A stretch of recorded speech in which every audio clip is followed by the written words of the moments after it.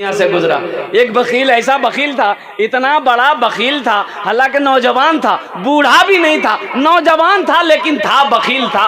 पूरे इलाके में उसकी शोहरत थी कि इससे बड़का वकील आज तक पैदा हुआ ही नहीं।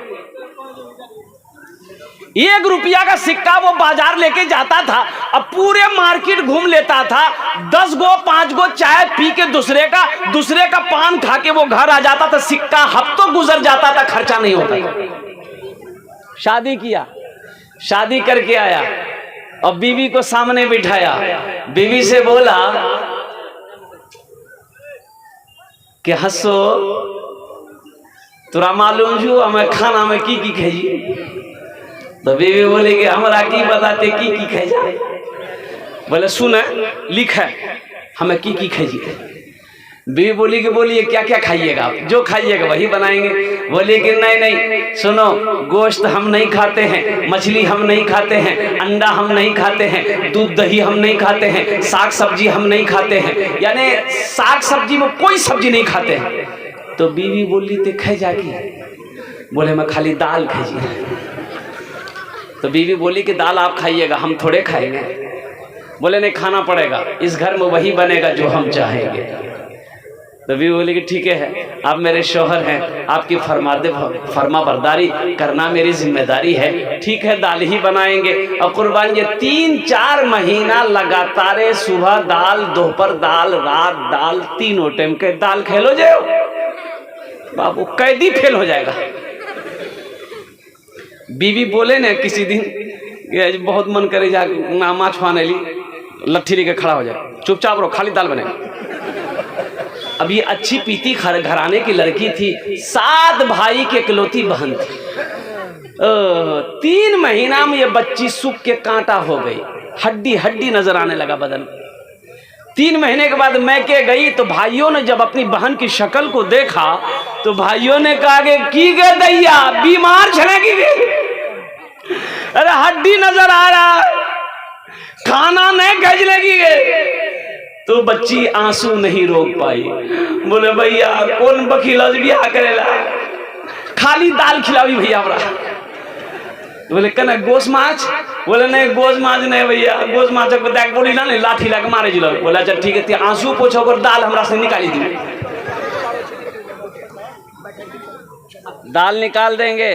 दोपहर का खाना खाया, अपनी बहन को एक टेबलेट दिया, नींद की टेबलेट, कि जाओ घर जाओ, रात में दाल बनाना, दाल में इस टेबलेट को मिला देना, मिलाकर इसको खिलाओ, जब वो बेहोश हो जाएगा हम लोग पहुंचेंगे, फिर उसका ऑपरेशन करेंगे। 4 भाई पहुंचा, रात में ये दाल बनाई, नींद की गोली मिला दी, ये जैसे ही खाया बेहोश हो गया। 4 भाई पहुंचा और उसको पूरे बदन में कफन पहनाया, पहले कफन पहना दिया पूरा, चारपाई उठा के उस रूम से दूसरा रूम ले गया। चारों भाई 4 काला लिबास पहना, चेहरे पे निकाब बांधा और 4 कोड़ा लेके 4 कोना में खड़ा हो गया। अब वो जैसे ही नींद की गोली के 2-3 घंटा जो गुजरा, अब वो नींद की गोली के असर खत्म हुए, होश आया तो उठ के बैठ गया। और जब उठ के बैठा देखा बदन में कफन और 4 आदमी कोड़ा लेके खड़ा है। तो पूछा के भैया तो आदमी के जा।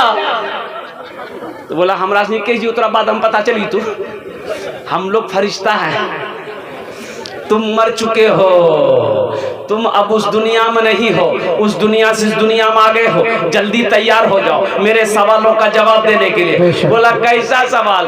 तो उन लोगों ने पूछा कि ये बताओ दुनिया में अल्लाह की नेमतों में से तुम कौन कौन सी नेमत खाए?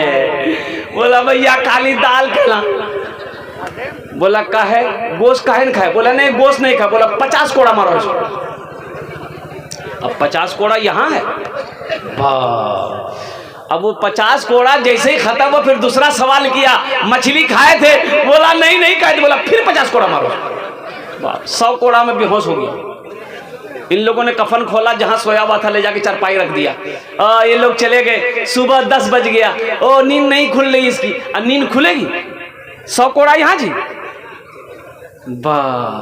बीवी आके झंझोड़ दी, अरे उठो नहीं, नाश्ता नहीं खावा, 11 बजे के लिए। बड़ी मुश्किल से बेचारा आँख खोला। बोला खाओ। बोले जल्दी उठा, मुंह हाथ धोवा, मैं दाल रोटी बनागा नहीं। बोले दाल मत बनाइए, दाल का अजाब बड़ा सख्त अजाब छी, राती भूखती चुकलान से झोला दे हमें जोकी जे गोश भी आनवो, माछो भी आनवो, दूध भी आनवो, दही भी आनवो। सब्वे कोड़ा में उसका मिजाज ठीक हो गया।